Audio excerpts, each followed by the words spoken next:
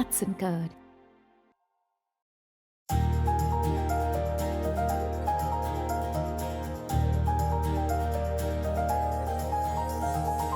வணக்கம். நலந்தானே? காதலர் தினத்தன்று உங்களோடு பேசுவதற்கான ஒரு சின்ன வாய்ப்பு. காதலர் தினம்ன்றத கேட்டாலே சில பேர் கோவம் வருது. இதெல்லாம் சும்மா வியாபாரிகள் செய்கிற ஒரு தந்திரம் தான். அவங்கவங்க பொருட்கள் அதிகமாக விற்கணுன்றதுக்காக கமர்ஷியலைஸ் பண்ணப்பட்ட ஒரு ஈவெண்ட் தான் காதலர் தினம்னு கோவப்படுறவங்க நிறைய பேர் இருக்காங்க. ஆனால் நம்முடைய மரபில் காதலுக்கான ஒரு விழான்றது காலங்காலமா இருந்துட்டு வருது. சிலப்பதிகாரத்தில் சொல்லப்படுகிற இந்திர விழாவை ஒரு விதத்தில் பார்க்க போனால் காதலர் தினம் தான். ஆனால் February 14 காதலர் தினமாக கொண்டாடுவதற்கு பின்னாடி ஒரு கதை இருக்கு. ரோமாபுரியை சேர்ந்த ஒரு மன்னன் கிளாடியஸ் த செகண்ட், பெரிய கொடுங்கோலன், தன்னுடைய வீரர்கள் காதலில் விழுவதையோ மணமுடிப்பதையோ விரும்பாத ஒரு அரசன் அவன். ஏன்னா எல்லா ஆண்களுமே போரில் ஈடுபடுறத மாத்திரம்தான் செய்யணும்னு நினைச்சவன். ஆனால் காதல் என்பது உயிர் இயற்கை அப்படின்னு பாரதிதாசன் சொல்லியிருக்காரு இல்லையா? எப்படி தோன்றாமல் இருக்க முடியும்? அப்படி ரகசியமாக காதல் கொண்டிருந்தவர்களை அரசனுக்கு தெரியாமல் ரகசியமாக மணமுடித்து வைக்கிற வேலையை செய்து வந்தார் ஒரு கத்தோலிக்க பாதிரியார். அவருடைய பெயர் தான் வேலண்டைன். அப்புறம் மன்னன் கண்டுபிடிச்சு அவருக்கு கடுமையான தண்டனை கொடுத்து அவர் இறந்து போயிட்டாருன்னு அந்த கதை சொல்லுகிறது. பல ஆண்டுகள் கழித்து அவருக்கான ஒரு நினைவு அஞ்சலி மண்டபத்தை ஏற்படுத்தினார்கள். அவர் இறந்து போன அந்த நாளை, அந்த February 14 அந்த நாளை தான் காதலர் தினமா கொண்டாடிட்டு இருக்கோம் உலகம் முழுக்கன்னு சொல்லிட்டு இதை பத்தி ஒரு கதை இருக்கு. காதல் என்பது இரண்டு உள்ளங்கள் ஒன்றையொன்று தொட்டுக்கொள்ளுகிற ஒரு அரிதான தருணத்திலே மலர்கின்ற ஒரு பூ. ஒரு பூ எப்போ மலரும்? யாராலையுமே சொல்ல முடியாது. பக்கத்தில் இருக்கிற பூ மலர்ந்ததுனால இது மலராது. இதற்கான ஒரு நேரம், ஒரு தருணம் வருகிற போது மொட்டிலே கட்ட வைத்திருந்த மலர் மலர்கிறதே, அப்படித்தான் இரு நெஞ்சங்கள் ஒன்றை ஒன்று அடையாளம் கண்டுகொள்ளுகிற அருமையான தருணம் தான் ஒரு வாழ்க்கையை மிக மிக பரவசத்திலே ஆழ்த்துகிற ஒரு தருணமா இருக்கும். அந்த காதல் அப்புறம் நடக்கலாம், நடக்காம போயிருக்கலாம், நடந்து மகிழ்வா இருந்திருக்கலாம், நடந்தும் கசந்திருக்கலாம், எப்படி வேணா போயிருக்கலாம். ஆனா அந்த தருணம் பிரத்யேகமானது, வாழ்க்கையை மிக மிக அழகாக்குகிற ஒரு தருணம். மலரினும் மெல்லிதுன்னு வள்ளுவர் அந்த தருணத்தை தான் சொல்லியிருக்காரு. மலரை போல அது மென்மையானது. என்றென்றைக்கும் வாடாத ஒரு மலரை போல தன்னுடைய ஞாபகங்களால் நெஞ்சத்தை தித்திக்க வைப்பது, அதுதான் காதல். காதலை பற்றி எழுதப்படாத கதைகள் இல்லை, சொல்லப்படாத விஷயங்கள் இல்லை. எல்லா மிக மகத்தான சிற்பங்களுக்கு, கட்டிடக்கலைகளுக்கு, ஓவியங்களுக்கு பின்னாடி எல்லாம் ஏதோ ஒரு விதத்துல காதல் தான் இருந்துட்டு இருக்கு. சமீபத்தில் யுஎஸ்க்கு போயிருந்த போது சாண்டியாகோ அப்படின்ற ஒரு நகரம், கடற்கரை நகரம், அங்க துறைமுகத்துல ஒரு மிகப்பெரிய கப்பல் இருக்கு. 2ஆம் உலக போருக்கு போய் திரும்பி வந்த கப்பல் அது. அமெரிக்கா போரில் ஜெயிச்ச பிறகு அந்த கப்பல் பல மாதங்கள் கழிச்சு திரும்பி வந்திருக்கு. திரும்பி வந்த கப்பல் அப்படியே காட்சி பொருளா வச்சிருக்காங்க. பிரம்மாண்டமான கப்பல், மேல ஹெலிபேட் எல்லாம் இருக்கு. அந்த கப்பல் அந்த நகரத்துக்கு திரும்பி வந்த அந்த நாள், அந்த போர் வீரர்களினுடைய குடும்பத்தாரெல்லாம் யார் போருக்கு போனவங்கள, உயிரோட யார் வந்தாங்க, யார் இறந்து போனாங்கன்னு கூட சரியா தெரியாத ஒரு குழப்பத்துல ஒவ்வொரு நாளும் நம்ம மகன் அல்லது நம்ம சகோதரன் அல்லது கணவன் அல்லது காதலன் திரும்பி வந்துட்டானான்னு வந்து பார்த்துட்டு போவாங்களாம். கடைசியில் அந்த கப்பலும் வந்தது, வீரர்கள் இறங்கி வந்தார்கள்.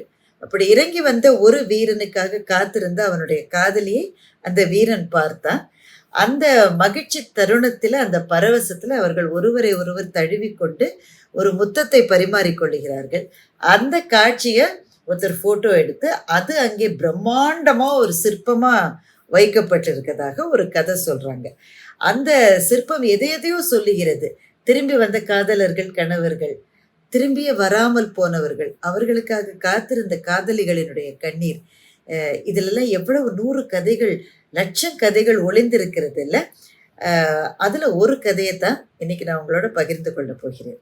மலர் துளி அப்படின்ற தொகுப்புல ஜெயமோகன் எழுதிய பெருங்கை என்கின்ற கதை எனக்கு ரொம்ப பிடித்த கதை. அதைத்தான் பகிர்ந்து கொள்ள போகிறேன். கதைக்கு யார் கதாநாயகன்னு எனக்கு சொல்ல தெரியல. பெரும்பாலும் கதையினுடைய கதாநாயகன் கேசவனா தான் இருக்க முடியும். கேசவன் ரொம்ப பிரம்மாண்டமானவன், மலைகள் மாதிரி பிரம்மாண்டமானவன்.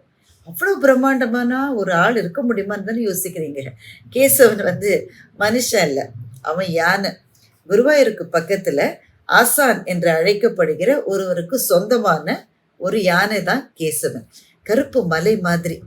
கேசவனை பார்த்துக்கிற பொறுப்பு அப்பு அப்படின்ற ஒரு இளைஞனுக்கு கொடுக்கப்பட்டிருக்கிறது. அப்பு யாருமே இல்லாத அனாதை. வாழ்க்கையில வறுமையையும் யாருமற்ற ஒரு தனிமையையும் தவிர அவன் எதையுமே பார்த்ததில்ல. எப்படியோ அடிபட்டு எங்கேயோ விழுந்து கரண்டு எழுந்து கையை ஊனி கரணம் போட்டு ஆசான்கிட்ட வந்து சேர்ந்துட்டான் அப்பு. அப்போ கேசவன் ரொம்ப குட்டி பிள்ளை. கேசவனை பார்த்துக்கிற வேலையை அப்புட்ட கொடுத்தாங்க. அப்பு கேசவனை பார்த்துக்கிட்டானா, கேசவன் அப்புவை பார்த்துக்கிட்டானான்றதுக்கு பதில் சொல்றது ரொம்ப கஷ்டம். ஆசானுக்கு பெரிய வீடு இருந்தது, மனைவி இல்லை, ஒரே ஒரு மகள் சந்திரின்னு ஒரே ஒரு மகள். அவ தான் கூட இருக்கா. அந்த வீட்டுக்கு எல்லாமே அவ தான். ஏன்னா ஆசான் பயங்கரமான குடிகாரர். அவருக்கு நிறைய காசு இருந்தது, நிறைய பணம் இருந்தது, நிறைய வருமானம் வருது அவருக்கு. ஆனால் எல்லாத்தையும் குடிச்சே அழிச்சிடுவர். அந்த குடும்பம் நடப்பதே சந்திரினால தான். எப்படியோ காசு சேர்த்து 2 எருமை மாடை வாங்கிட்டா. அந்த எருமை மாட்டுக்கு பால் கறந்து பால் சொசைட்டிக்கு விற்று அதில் வர காசு கொண்டு, மற்றபடி கேசவனை வந்து திருவிழாவுக்காக வாடகைக்கு விட்டு அதில் வர வருமானத்தை கொண்டு தான் அந்த வீட்டில் கேசவன், அப்பு, ஆசான், சந்திரி 4 பேர் வாழ்ந்து வராங்க. சந்திரி ஒரு நிமிஷம் கூட சும்மா இருக்க மாட்டா. துரு துரு துரு துருன்னு வேலை செஞ்சுக்கிட்டே இருப்பா. சமையலறையில் இருப்பா. இவங்க 2 பேருக்கும் சோறாக்கி போடுவா. கேசவனுக்கு வேணுங்கிற சாப்பாட்டெல்லாம் அவ தான் தயார் பண்ணுவா. எருமைகளை குளிப்பாட்டுவா. பால் கறந்து பால் சொசைட்டிலேருந்து வர்ற ஆள்கிட்ட அந்த பாலை விற்பா. மீதி இருக்கிற பாலை எடுத்து அதை உரக்குத்தி அதை மோராக்கி அதிலிருந்து வெண்ணெய் எடுத்து அதை போய் விற்றுட்டு வருவா. பருத்தி கொட்டைக்காக அதை அரைக்க மிஷினுக்கு போவா. எந்த நேரமும் போகிறதும் வருதுமா இருப்பா. ஒரு நாளைக்கு 10 முறையாவது ஆற்றங்கரைக்கு போய் தண்ணி எடுத்துக்கிட்டு வீட்டுக்கு வருவா. சந்திரி இல்லாட்ட அந்த வீட்டில் எதுவுமே இல்லை. சந்திரி வந்து பார்த்த உடனே அசர வைக்கிற அழகான பொண்ணுலாம் சொல்ல முடியாது. ஆனால் அவளுக்குள்ள ஏதோ ஒரு வசீகரம் இருந்தது, ஏதோ ஒரு துருதுருப்பு இருந்தது. வட்டமான முகம் அவளுக்கு. அவளுடைய மூக்கில் ஒரு நீல கலர் மூக்குத்திய அவள் போட்டிருந்தா. அது அவளுடைய முகத்துக்கு கூடுதலான ஒரு வசீகரத்தையும் கவர்ச்சியும் கொடுத்தது. சிரிக்கிற போது அவளுக்கு கன்னத்தில் குழி விழும். சின்ன கண்ணு தான். ஆனால் அவள் சிரிக்கிற போது அந்த கண்கள் ஒரு விதமாக அப்படியே வளர்ந்து கொண்டே போகிறது மாதிரியான ஒரு தோற்றத்தை ஏற்படுத்தக்கூடிய அழகான கண்கள் சந்திரிக்கு. பால் சொசைட்டிலேருந்து அவகிட்ட ஒவ்வொரு நாளும் எருமைக்கு பால் கலக்கிறாள். அந்த பாலை வாங்கிட்டு போகிறதுக்காக வர முத்தன் வந்து கொஞ்சம் வசதியான ஆள் தான். முத்தன் அந்த அந்த ஊர் ஸ்டாண்டர்டுக்கு அவன் பயங்கரமான வசதி. ஏன்னா பால் சொசைட்டியில் பர்மனெண்ட்டான வேலையில் இருக்கான், பைக் வச்சுருக்கான். இந்த பைக்குக்கு 2 பக்கமும் ஒரு பிடியை போட்டு பெரிய பெரிய பால் கேனை எடுத்துக்கிட்டு அவன் ஒவ்வொரு வீட்டுக்காக போய் அங்கே பால் வாங்கி அந்த கேனில் ஊற்றிக்கிட்டு ஒரு கார்டு இருக்குது. அந்த கார்டில் டிக் மார்க் பண்ணி அவங்கள்ட்ட கொடுத்துட்டு போவான். எல்லா வீட்லேயும் பால் வாங்குறவன் சந்திரிட்ட பால் வாங்க வர்ற போது மட்டும் கூடுதலாக நின்று சிரிக்க சிரிக்க பேசி அவளையும் சிரிக்க வைப்பான். அவங்க 2 பேரும் பேசுறது மற்றவங்களுக்கெல்லாம் கேட்டக்கூடாதுன்றதுக்காகவோ ஏதோ அந்த நேரத்தில் கூட பைக்கை ஆஃப் பண்ணாமல் ட்ருன்னு அந்த சத்தத்துக்கு நடுவுலேயே தான் பேசுவான். இவங்க 2 பேரும் பேசுவதையும் பேசுகிற போதே அவனுடைய பார்வை சந்திரியன் மேலே அப்படியே சுழன்று சுழன்று வருவதையும் ஒரு கையாலாகாத தன்மையோட அப்பு தள்ளி நின்று பார்த்துட்டு இருப்பான். அப்படியே அவனுக்கு கோவமாக வரும், உடம்பெல்லாம் எரியும். ஆனால் அவனால் என்ன செய்ய முடியும்? அவன் ஒரு அனாதை. ஒவ்வொரு வேளையும் சந்திரி சமையல் பண்ணி ஆசானுக்கு சோறு போடுவாள். மீன் இல்லாமல் ஒரு வேளை கூட ஆசானால் சாப்பிட முடியாது. ஆனால் மீன் வாங்கிட்டு வான்னு சந்திரி சொன்னால் மட்டும் கண்ணா பின்னான்னு அவளை திட்டுவார். யார் வீட்டுக்கு பணம் இங்கே கொட்டி வச்சிருக்கு, என்ன தினம் தினம் மீன் வாங்குற அளவு நீ என்ன அவ்வளோ பெரிய சீமான் வீட்டு மகளான்லாம் அவளை பயங்கரமாக திட்டுவார். ஆனால் அவள் சமையல் பண்ணி வச்சு அதில் ஒருவேளை மீன் இல்லைன்னா அப்பவும் சந்திரி தான் திட்டு வாங்கணும். இரவில் பெரும்பாலும் குடிச்சிட்டு தான் வருவார். மீன் பொரியல் இல்லாமல் அவருக்கு சாப்பிடவே தெரியாது. ஒவ்வொரு நாள் காலையிலையும் கிழங்க வேக வச்சு மீன் குழம்பு வச்சு அந்த குழம்பு அந்த கிழங்கு மேலே கொட்டி அதுவும் சோறு மீன் வறுவலும் கொடுத்தா தான் சாப்பிடுவார். சந்திரி தன்னுடைய அப்பாவுக்கு சோறு போட்டுட்டு அப்புறம் கேசவனுக்கு யானைக்கு தேவையான சாப்பாட்டெல்லாம் ரெடி பண்ணி எருமை மாட்டுக்கெல்லாம் தீனி வச்சுக்கிட்டு அவளும் சாப்பிட்டு அதுக்கு பிறகு அந்த சாப்பாட்டில் என்ன மிச்சம் இருக்கோ அதை ஒரு தட்டில் போட்டு பின்னாடி வச்சுட்டு போவா. அதை தான் அப்பு சாப்பிடணும். அவனுக்கு வேற என்ன வழி இருக்கு? வீடு கொஞ்சம் பெரிய வீடு தான். அந்த வீட்டுக்கு பின்னாடி ஒரு பெரிய பலாமரம் இருந்தது.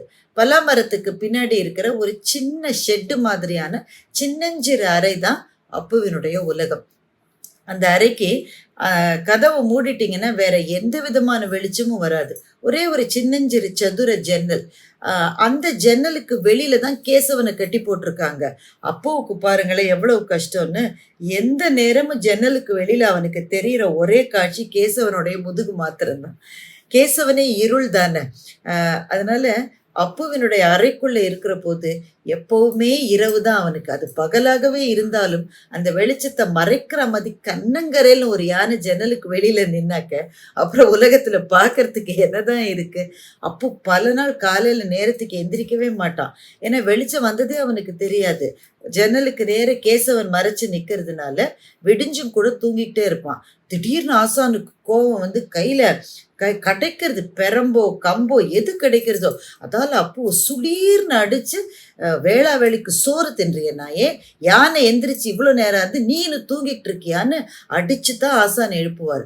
அலறி பிடிச்சி எழுந்துக்கிட்டு நழுவுகிற லுங்கியை அப்படியே வாரி சுருட்டி கட்டிக்கிட்டு ஓடி போய் யானையை கவனிக்க போவான் அப்பு. திருவிழா இருந்துச்சுனாக்கா அநேகமா ராத்திரியில தான் நடக்கும். ஆசானும் அப்புவும் கேசவனும் கிளம்புவாங்க. நடையாத்தான் நடந்து போய் திருவிழா நடக்கிற இடத்துல இருந்து ஆசான் முதல்ல யானைக்கு பேசின கூலியை வாங்கிப்பாரு. கூலியை வாங்கின பிறகு ஆசானை பார்க்கவே முடியாது. மொத்த ராத்திரி இருந்து திருவிழாவில் கேசவனை பங்கு பெற வச்சு அடுத்த நாள் காலையில நடத்தி ஊருக்கு கூட்டிட்டு வர வேண்டிய வேலை எப்பவுமே அப்புவினுடைய வேலை தான். ஆசான் வந்தா வந்திருப்பாரு, வரலன்னா எந்த சாராய கதையில எங்க விழுந்திருப்பாரோ யாருக்குமே தெரியாது. காசு அவர்கிட்ட தான் இருக்கும். அப்பு கையில சில நாள் 10 ரூபாய் கொடுப்பாரு, சில நாள் 100 ரூபாய் கொடுப்பாரு. கேசவனுக்கு வேண்டியதையும் கவனிச்சு தன்னுடைய சாப்பாட்டையும் கவனிச்சு நடந்து வந்து சேர்றதுக்குள்ள பாவம் அப்பு ரொம்ப கழிச்சு போயிடுவான். பாதி நேரம் யானை மேலேயே இருக்கிறதுனால ரூமுக்கு வந்து படுத்த பிறகு கூட ஒரு பெரிய கப்பல் அசைஞ்சிக்கிட்டே இருக்கிற மாதிரியே அப்புக்கு தோணும். இல்லை ஒரு பெரும் பள்ளத்துல முடிவில்லாம கீழே கீழே கீழே கீழே கீழே விழுந்துட்டு இருக்கிற மாதிரியே தோணும். அவனுக்கு வாழ்க்கையில் இருக்கிற ஒரே ஆளு கேசவன் தான். வேற யாரோட அன்பையும் அவன் அறிஞ்சதே கிடையாது. கேசவனுக்கு அப்பு மேலே எப்போ ஒரு அன்பு இருந்தது. அவனோட விளையாடும், அவனை சீண்டும், அவனை மாட்டை வச்சு வேடிக்கை பார்க்கும், அவனோட வேட்டியை பிடிச்சி இழுக்கும், அவனோட முடியை கழிச்சு விடும். அப்பவும் கூட அவனுக்கு எப்பெல்லாம் மனசு சரியில்லையோ அப்பெல்லாம் கேசவனோட தும்பிக்கை மேல அப்படியே தன்னுடைய உடம்ப கொடுத்து கொஞ்ச நேரம் இருக்கான் பாருங்க. அது மாத்திரம்தான் அவனுக்கு வாழ்க்கையில ஆறுதலான நேரம். அவனுக்குன்னு எதுவுமே இல்லையேன்னு அவனுக்கு வருத்தம் இருக்கிற அந்த அந்த நிமிஷத்துல எல்லாம் சந்திரியை பத்தி அவனால நினைக்காம இருக்கவே முடியாது. சந்திரி அவனை பத்தி என்ன நினைக்கிறா? அப்புக்கு அது புரியல. சந்திரி அவனை கொஞ்சம் கூட மதிக்கலன்னு மாத்திரம் அவன் திட்டமா நினைச்சான். ஏன்னா நேருக்கு நேர் அவனை பார்த்தா கூட சந்திரியனுடைய கண்கள்ல கொஞ்சம் கூட அறிமுகமே இல்லாத ஒருத்தரை பார்க்குற ஒரு பார்வைதான் இருக்கும். பெண்களால எப்படி அப்படி பார்க்க முடியுதுன்னு சொல்லி அப்போக்கு ரொம்ப ஆச்சரியமா இருக்கும். அது ஆண்களால செய்யவே முடியாதுன்னு அவன் நினைப்பான். ஒருத்தரை பார்க்குற போது அவர் எவ்வளவுதான் அறிமுகமானவரா இருந்தா கூட கொஞ்சம் கூட அவர் தெரியாதுன்ற மாதிரியே பார்க்கறது பெண்களால தான் முடியும். அதுவும் சந்திரியால தான் அது முடியும்னு அப்போ நினைப்பான். அவனை நேருக்கு நேர் கண்ணால ஒரு முறை கூட சந்திரி இதுவரை பார்த்ததில்லை. சாப்பாடு வச்சிருக்கேன், ஏன் இவ்வளவு நேரம்? அப்பா எங்க போனாரு? அப்பா வரும்போது மீன் வாங்கிட்டு வர சொல்லு. இந்த மாதிரியான சில பேச்சுவார்த்தைகள் தான் அவங்களுக்குள்ள நடக்குமே தவிர இதை தாண்டி வேற ஒண்ணுமே அவங்க பேசினது கூட இல்லை. பால் சொசைட்டில இருந்து பால் வாங்க வர முத்தனோட மட்டும் அவ என்ன பேசுறா? அவ்வளவு நேரம் அவங்களுக்குள்ள என்ன உரையாடல் நடக்குது? இதெல்லாம் கேட்குற அருகதை அப்புவுக்கு இருக்கா என்ன? எப்போவாது ஆசான் ஃபுல் தண்ணியில இருந்தாக்க அப்புவையும் ஒரு மனுஷனா மதிச்சு பக்கத்துல வச்சு பேசுவாரு. ஆனா அவரு நிதானமா இருந்தா அவன்கிட்ட பேசலாம் மாட்டாரு. இப்போ தண்ணி அடிச்சுட்டு ஒரு நேரம் இருக்கிற போது ஒரு தடவை பொறுக்க முடியாம அப்புவே ஆசான்கிட்ட சொல்லிட்டான். சந்திரி வந்து கழுத்துல பாசிமணி போட்டு இருக்கு, காதுல ஒரு சின்ன தங்கத்தோடு தானே போட்டிருக்கு. நீங்க ஒரு வளையல் வேணா தங்க வளையல் வாங்கி போடலாம் தானே சந்திரிக்கு, இல்லை ஒரு தங்க செயினாவது வாங்கி போடலாம் தானே அப்படின்னு ஒரு தடவை கேட்டுட்டான். எந்த தைரியத்துல கேட்டானோ. ஆனா ஆசான் அப்ப நல்ல போதையில இருந்ததுனால அவனை அடிக்கல. சொன்னாரு, என்னுடைய பொண்டாட்டியை நான் கட்டிட்டு வந்த போது 15 பவுனோட வந்தவளாக்கும் அவ. ஆனா அந்த 15 பவுனு அப்படி அப்படியே எதுக்கும் செலவாகி போச்சு. எதுக்கு செலவாகி போச்சுன்னு அப்புக்கு தெரியும் தானே. அவளுக்கு சீக்கு வந்து அதுக்கு வேற பாதி செலவாச்சு. இப்ப கையில இருக்கிறது 5 பவுன் தான். 5 பவுன் வச்சிருக்கிற பொண்ணுக்கு இந்த ஊர்ல மாப்பிள்ளை கிடைக்குமா என்ன? ஆனா என்ன, சந்திரி புத்திசாலி, நல்ல அழகா இருக்கா. அவ அழகுக்காக எவனாவது கெட்டுறேன்னு வந்தா தான் அவளை கெட்டி கொடுக்க முடியும். இல்லாட்ட எனக்கு என்ன கதி இருக்குன்னு சொல்லி ஆசான் ஒரு குரல் அழுதாரு. அப்புறம் அவரே கொஞ்சம் சுதாரிச்சுக்கிட்டு, இந்த பால் சொசைட்டில பால் போட வரானே முத்தன்னு ஒருத்தன், பேசாம அவனுக்கு சந்திரியை கட்டி கொடுத்தா என்ன அப்படின்னு அப்புட்ட ஒரு நாள் யோசனை கேட்டாரு. அப்போ ஒரு நிமிஷம் யோசிச்சு பார்த்தான். அவ என்ன சொல்ல முடியும்? ஆனா சந்திரி நல்லா இருக்கணும்னா அது ஒண்ணுதான் வழின்னு அவனுடைய மனசுக்கு பட்டுது. அங்க போயாவது நிம்மதியா இருக்கட்டுமேன்னு. ஆமா, அது அவனுக்கு நிரந்தரமா வேலை இருக்கு, பைக் இருக்கு, வீடு இருக்கு. அதனால கட்டி கொடுக்கலான்னு அப்புவே சொன்னான். ஆசான் ஒரு நிமிஷம் யோசிச்சாரு. கட்டி கொடுக்கலாம். அவன் அங்கங்க பொம்பளைங்களோட அங்கங்க சிரிச்சு சிரிச்சு பேசிக்கிட்டு நிக்கிறான்னு ஊர்ல எல்லாரும் சொல்றாங்களே, என்ன செய்யறது? சுப்பிரமணியத்தனோட பையனுக்கு சந்திரியை பொண்ணு கேட்டாங்க. அவன் பையன் கூலி வேலைக்கு போறான். கூலி வேலைக்கு போறவனுக்கு என் பொண்ணை நான் கட்டி கொடுப்பேன்னா, 5 காசு சம்பாதிச்சா கூட பரவாயில்ல, அரசாங்க கசம் இருக்கணும். அப்படி எவன் சம்பாதிக்கிறானோ அவனே என்கிட்ட பொண்ணு கேட்டா சந்திரியை கட்டி கொடுப்பேன். இல்லாட்டா அவ பாட்டுக்கு இங்கேயே கடந்துட்டு போறா அப்படின்னு ஆசான் சொல்லிட்டாரு. அப்புவுக்கு என்ன சொல்றதுன்னே தெரியல. அவன் மனசுக்குள்ள என்னென்னவோ இருக்கு. எல்லாத்தையும் சொல்ற மாதிரி அவனுடைய நிலைமை இருக்கு. திருவிழா ஒண்ணுத்துக்கு போற டைம் வந்தது. ஆசானும் அப்புவும் கேசவனும் சேர்ந்து தான் கிளம்பினாங்க. திருவிழாவுக்கு போன உடனேயே அங்க கேசவனை பார்த்த உடனே திருவிழாக்காரங்க ரொம்ப மகிழ்ந்து போயிட்டாங்க. அப்படிப்பட்ட லட்சணமான ஒரு யானை. இந்த காலத்துல எல்லா நிகழ்ச்சிக்கும் தான் யானையை கூப்பிடுறாங்க. அரசியல் கூட்டங்களுக்கு கூட யானையை கூப்பிட்டு நடந்து வர சொல்றாங்களே. ஆனா ஆசான் என்ன சொல்லுவாரு தெரியுமா? அரசியல் கூட்டத்துக்கெல்லாம் யானையை கூப்பிட்டு அவங்க தலைவருக்கு முன்னாடி யானையை தும்பிக்கை தூக்கிட்டு நிக்க சொல்றாங்க இவங்க. அதுக்குன்னு யானை தலைவர்களை விட சின்னதாயிருமா? இந்த உலகத்திலேயே யானை தான் எல்லாருக்கும் தலைவர். மகாவிஷ்ணுவுக்கு மாத்திரமே கட்டுப்பட்ட ஒண்ணே ஒண்ணு யானை மாத்திரம்தான். அவன் காட்டுக்கு மாத்திரம் அரசன் இல்லை, நாட்டுக்கும் யானை தான் அரசன்னு ஆசான் சொல்லுவாரு. ஆசான் பாதி நேரம் போதையிலே இருந்தாலும் யானையை பத்தி பேச ஆரம்பிச்சா நிறுத்தவே மாட்டாரு. அவர் அப்புட்ட சொல்லியிருக்காரு, 10 யானை பாகன்ல ஒருத்தன் அந்த யானையாலேயே மிதிக்கப்பட்டு தான் சாவான்றது ஒரு விதி இருக்கு, உனக்கு தெரியுமா அப்படின்னு கேட்பாரு. அப்புக்கு சில சமயம் பயமா இருக்கும். அவ்வளவு சாதுவா நின்றுட்டு இருக்கிற கேசவனை பார்ப்பான். சின்ன பிள்ளை மாதிரி இருக்கிற இந்த கேசவனுக்கு கூட அப்படி ஏதாவது வெறி வந்துருச்சுன்னா அப்படின்னு அவனுக்கு பயமா இருக்கும். ஆனா அவனே நினைச்சுப்பான் கேசவனுக்கு அப்படிலாம் வராதுன்னு. ஆசான் சொல்லுவாரு, யானைன்றது சாமி மாதிரிடே, அதுவே பாகனை எத்திச்சுன்னா பாகன் எதுவும் தப்பு பண்ணிருக்கான்னு தான் அர்த்தம். அது தெய்வம் மாதிரி. தெய்வத்துக்கு தெரியாத யாரை காப்பாத்தணும் யாரை அழிக்கணும்னு பாகனுக்கும் தெரியும். தான் தப்பு பண்ணா யானை தன்னை கேரி மிதிக்கும்னு பாகனுக்கும் தெரியும். ஆனா பாகனெல்லாம் மனுஷன் தானடா, தெய்வம் இல்லையேடா. தப்பு பண்ணக்கூடாதுன்னு நினைக்கிறானே தவிர மனுஷ பையன் தப்பு செய்யாமலா இருக்கா. ஏதோ ஒரு தப்பை செய்து போடுதான், யானை அவனை கேரி மிதிக்குது. அதனால பாகனா இருக்கிறவனுக்கு வாழ்க்கைன்றது யானை மாதிரி தான். எப்போ கொஞ்சம் எப்போ மிதிக்கும்ன்றது யாருக்கும் தெரியாது. எங்க அம்மா என் காலை பிடிச்சிக்கிட்டு கெஞ்சினா, ஏன் தெரியுமா? எங்க அப்பாவே யானை பாகனா இருந்து யானை மிதிச்சு தான் செத்து போனாரு. அதனால எங்க அம்மா என் காலை பிடிச்சு கெஞ்சினா, வேற எந்த வேலைக்கு வேணா போடாமோனே, நீ யானை பாகனா மாத்திரம் போகாதன்னு கெஞ்சி கெஞ்சி அழுதா. நானும் கூலி வேலைக்கு போய் பார்த்தேன், கட்டட வேலைக்கு போய் பார்த்தேன். அதெல்லாம் எனக்கு எதுவுமே செட் ஆகல. ஒருத்தன் ஒன்று சொல்லி நான் ஒன்று செய்யறதான்னு எனக்கு கோபம் வந்துருச்சு. யானைக்கு வேணா அடிமையா இருக்கலாம், மனுஷனுக்கு அடிமையா இருக்க முடியுமா? அதனால நானுமே யானை பாகனா ஆகி அப்புறம் தான் கேசவனை வாங்கினேன்னு இந்த கதையெல்லாம் ஆசான் சில சமயத்திட்ட அப்புட்ட சொல்லுவாரு. இப்ப இந்த மாதிரிலாம் சொல்றாருன்றதுக்காக எப்பவுமே நல்லா பேசுவார்னு சொல்ல முடியாது. கோவம் தான் அடி வச்சு உண்டு இல்லைன்னு பண்ணிடுவாரு. அப்போ திருவிழா இல்லாத நாள்ல அப்புவோடைய வேலை காலையில நிதானமா எழுந்திரிச்சு கேசவனை கூட்டிட்டு போய் ஆத்தங்கரைக்கு அழைச்சிட்டு போய் நல்லா கல்லால தேய்ச்சி தேய்ச்சி தேய்ச்சி கேசவனை குளிப்பாட்டுறது தான். கேசவனுக்கு தண்ணியில இருந்தா ரொம்ப பிடிக்கும். தண்ணியில இருக்கிற சின்ன சின்ன சின்ன சின்ன கல்லெல்லாம் எடுத்து வாயில வச்சு அதக்கிட்டே இருக்கிறது கேசவனுக்கு ரொம்ப பிடிச்ச விஷயம். கேசவனை குளிப்பாட்டி வச்சுட்டு இவன் திரும்பி வர்ற போது அநேகமா வழியில சந்திரியை பார்ப்பான். சந்திரி தான் வீட்டுல நிக்கவே மாட்டாளே, அங்கங்க போய் போய் போய் வந்துட்டு இருப்பான். யார் வீட்லயாவது பலாப்பழம் வாங்கினாங்கன்னு தெரிஞ்சா அவங்க சாப்பிட்டுட்டு மீதி சக்கையை போட்டிருப்பாங்க இல்ல, அந்த சக்கையை கூட பொறுக்கிட்டு எருமைக்காகும்னு கொடுக்குற ஆளுதான் சந்திரி. எறும்பு மாதிரி எந்நேரமும் உழைச்சிக்கிட்டு இருக்கிற அவளை பார்க்க பார்க்கும்போதெல்லாம் அவனுக்கு என்னவோ செய்யும். வாய் வளர்ந்து போகிற மாதிரி இருக்கும். அவகிட்ட ஒரு வார்த்தை பேசுறதுக்குள்ள நெஞ்சு பட பட பட பட படப்படன்னு அவனுக்கு துடிக்கும். ஏதாவது ஒன்று தன்னை பார்க்க மாட்டாளா, தன்னை கண்ணோட கண்ணு பார்த்து ஒரு வார்த்தையாவது விசாரிக்க மாட்டாளா, அட்லீஸ்ட் சாப்பிட்டியானது கேட்பாளா அப்படிலாம் அவனுக்கு எவ்வளவோ ஆசை. சந்திரி அதெல்லாம் ஒன்றும் அவன்கிட்ட பேசினதே கிடையாது. மூஞ்சிக்கு நேரம் பார்த்தா கூட பார்க்காத மாதிரியே போயிட்டு, எங்கே இருக்காரு உங்கள் ஆசான், ஏன் இன்னும் வரல, சீக்கிரம் வர சொல்லு, இந்த மாதிரி தான் கேட்பாளே தவிர வேற எதுவும் கேட்க மாட்டாள். அவள் கொண்டு வைக்கிற தட்டில் இருக்கிற சோத்தில் அவள் கைப்பற்றிருக்குல்ல, அதனாலேயே அந்த சோத்தை ரசித்து ரசித்து ஒன்றுமே மிச்சம் வைக்காமல் சாப்பிட்றவனா மாத்திரமே அப்போ இருந்தான். திருவிழாவுக்கு 3 பேரும் போயிட்டு இருந்தாங்க. திருவிழா நடத்துறவருக்கு கேசவனை ரொம்ப பிடிச்சி போயிடுச்சு. யானை என்ன லட்சணமா இருக்குன்னு சொல்லி பேசினதுக்கு மேல 1000 ரூபாய் கொடுத்தாரு. அவ்வளவுதான். அப்புறம் ஆசானை பிடிக்க முடியுமா? அவரு அப்புட்ட சொல்லிட்டாரு, நீ கேசவனை பத்திரமா பார்த்துட்டு காலையில வீட்டுக்கு வந்து சேரு, நான் பஸ்ஸை பிடிச்சி ஊருக்கு போறேன்னு சொல்லி போறாரு. அவர் ஊருக்கு போறாரு, சாராய கடைக்கு போறாரோ யாருக்கு தெரியும்.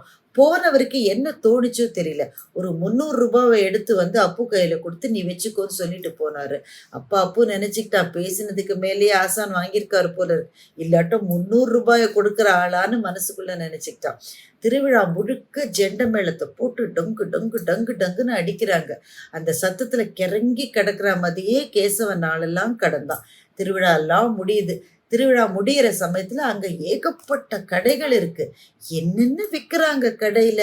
பாசிமணிலேருந்து, வளையல்லேருந்து, மாலையிலேருந்து, கிளிப்புலேருந்து, பூவிலேருந்து, விளையாட்டு பொருள்லேருந்து, பிள்ளைங்க விளையாடுற ராட்டினத்து கடையிலேருந்து எல்லா கடைகளும் இருக்குது. எல்லா சாப்பாட்டு கடை நிறைய இருக்குது.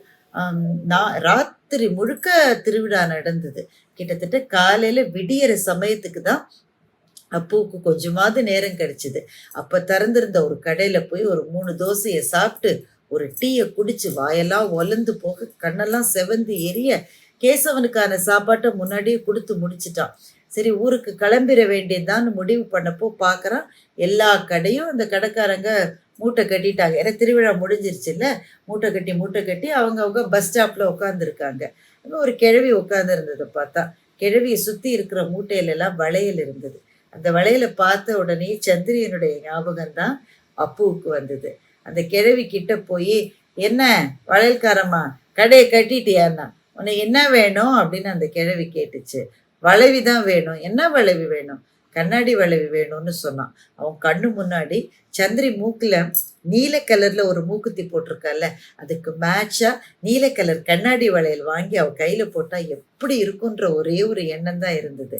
என்ன வேணும்னு கேட்ட உடனே சொல்லி வச்ச மாதிரி நீல கலரில் கண்ணாடி வளைவி வேணும்னு கேட்டான். இப்போல்லாம் கண்ணாடி வளையலை யார் போடுறாங்க? எல்லாமே ரப்பரு இல்லை பிளாஸ்டிக் தான். நான் பிளாஸ்டிக்கில் வளையல் தரேன், ஆனால் கண்ணாடி வளையல் மாதிரி வழுவழுன்னு நல்லா இருக்கும், நான் உனக்கு எடுத்து தரேன்னு சொல்லி கட்டியிருந்த மூட்டையெல்லாம் பிரித்து அந்த பாட்டியம்மா இந்த வளையலெல்லாம் காமிச்சது. எல்லா வளையலுமே அப்புக்கு ரொம்ப பிடிச்சிருந்தது. சிவப்பு கலரில், மஞ்சள் கலரில், தங்க கலரில், எல்லா கலர்லேயுமே வளையல் அழகழகாக இருந்தது. ஆனால் அவன் மனசு நீளத்திலேயே தான் இருந்தது. என்ன கலர் வேணும்னா நீளம்தான் வேணும்னு கேட்டான். என்ன சைஸுன்னு கேட்டுச்சு பாட்டியம்மா. அப்புக்கு அதெல்லாம் எந்த கன்ஃபியூஷனுமே கிடையாது. தன்னுடைய கையை காமிச்சான். இதை விட ஒரு சைஸ் சின்னதுன்னு கரெக்டாக சொன்னான். அவனுக்கு சந்திரியை எவ்வளவு நல்லா தெரியும். அப்படித்தானே கிழவி சரியான வளையலை எடுத்து கொடுத்து அழகா கரு நீளத்துல வளையலை எடுத்தது. எவ்வளோ வளையல் வாங்க போறேன்னு கேட்டான். அப்போ கொஞ்ச நேரம் யோசிச்சு, ஒரு கைக்கு 10, இன்னொரு கைக்கு 10ன்னு சொன்னான். பாவி மவனே, 10 போடக்கூடாதுடா, 12 போடணும்னு பாட்டியம்மா நல்லா எடுத்து சொல்லி 12 வளையல் எடுத்து அழகாக பேக் பண்ணி, யாருக்கு வாங்கிக்கிட்டு போகிற, தங்கச்சிக்கா அப்படின்னு கேட்டுச்சு. அப்போ வெக்கத்தோடு சிரித்து இல்லைன்னு தலையாட்டினா. பின்ன உன்னை கட்டினவளுக்கு வாங்கிட்டு போறியான்னா. ஐயோ, கல்யாணமே ஆகலைண்ணா. அப்போ கட்ட போகிறவளுக்கு வாங்கிட்டு போறியா அப்படின்னு கிழவி கேட்ட உடனே அப்பு சொன்னான், அவள் இதை வாங்கிப்பாளானே தெரியல பாட்டியம்மா, ஏதோ என் ஆசை வாங்கிட்டு போகிறேன் அப்படின்னு சொன்னான். வளையலை வாங்கி, அதுவும் சரியான அளவில் வளையல் வாங்கி கொடுக்குற ஒரு ஆம்பளையை எந்த பொண்ணு வேணான்னு சொல்ல மாட்டா. அவளுடைய மனசு தெரிஞ்சு வாங்கிட்டு போகிற, ஆசையாக வாங்கி போட்டு பார்ப்பாரேன் அப்படின்னு சொல்லி பாட்டியம்மா வளையல பேக் பண்ணி குடுத்துச்சு. இந்த வளையல் உடையாம இருக்குமா? நான் மாவாட்டும் போது கூட உடையாத வளையல் இது. கலர் போகாம இருக்குமா? அடேயப்பா! என்ன கருத்தா கேட்கிற நீ? கலர் சீக்கிரம் போயிரும்னா பாட்டி. என்ன பாட்டி? கலர் போற வளையல எனக்கு நீ குடுத்துருக்கனே. கலர் போனா தான்டா நல்லது. கலர் போயிட்டா அவ உன்ட்ட வந்து சொல்லுவாளே இந்த கலர் போயிருச்சுன்னு. அப்ப நீ அடுத்த செட்டு வளையல வாங்கி குடுக்கலாம்ல. இதெல்லாம் ஒரு ட்ரிக்கு பாருன்னு பாட்டியம்மா சொல்லிக் குடுத்தது. அதுக்கில்லாத அனுபவமா? அப்பு சிரிச்சுக்கிட்டே வளையல வாங்கிக்கிட்டான். வளையல வாங்கிட்டு எல்லாத்தையும் பேக் பண்ணிட்டு கிளம்புற நேரத்துல அந்த வளையல் வச்சிருந்த அந்த கவரை தன்னுடைய வேட்டியில கட்டிக்கிட்டான். அத கேசவன் பார்த்துட்டான்.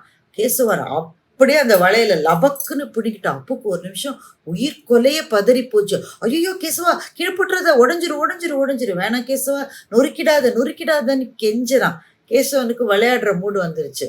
தும்பிக்கையால வளையல இங்க போடுது, அப்படி பிடிக்குது, இப்படி போடுது, இப்படி பிடிக்குது, தூக்கி தன்னோட முதுகு மேல வச்சுக்குது.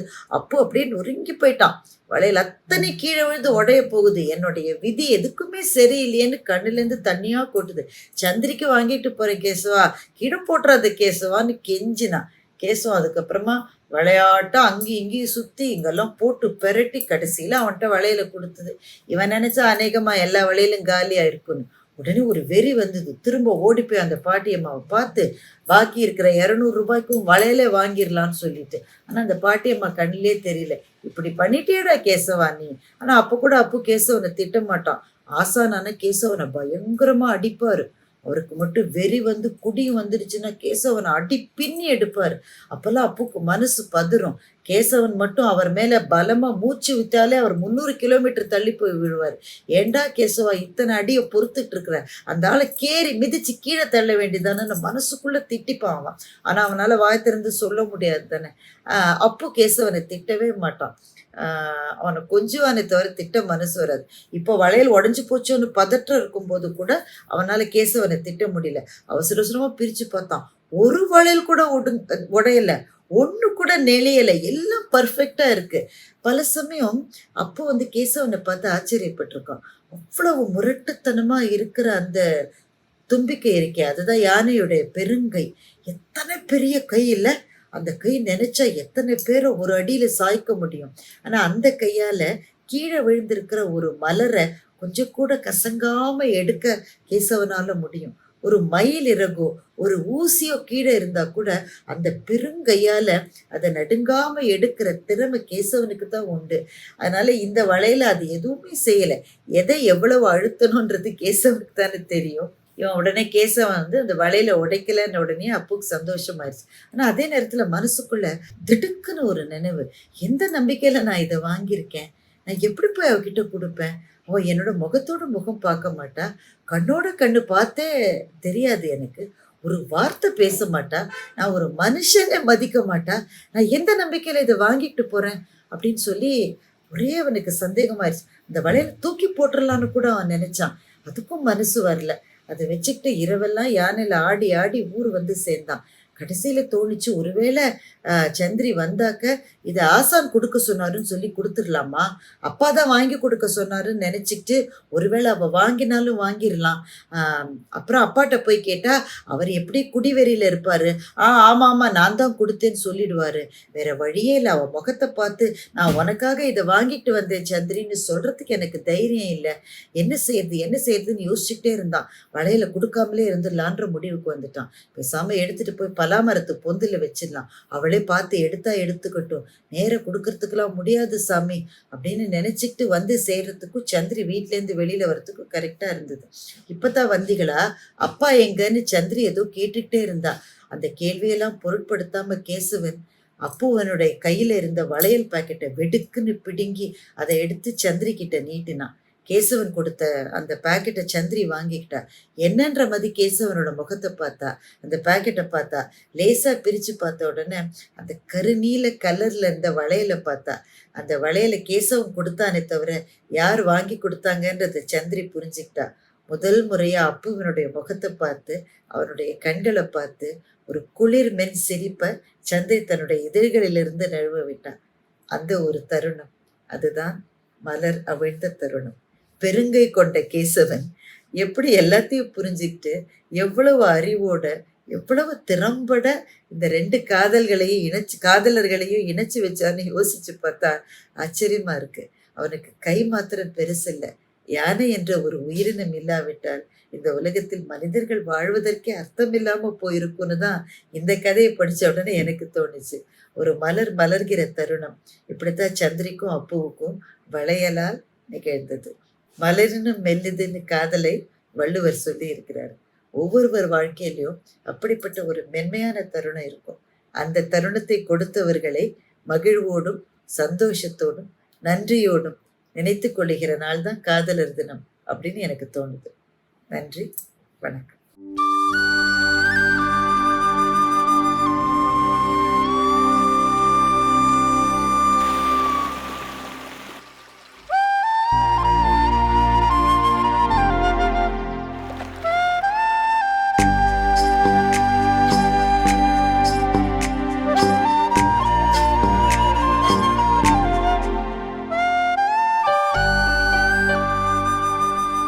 Hudson Card.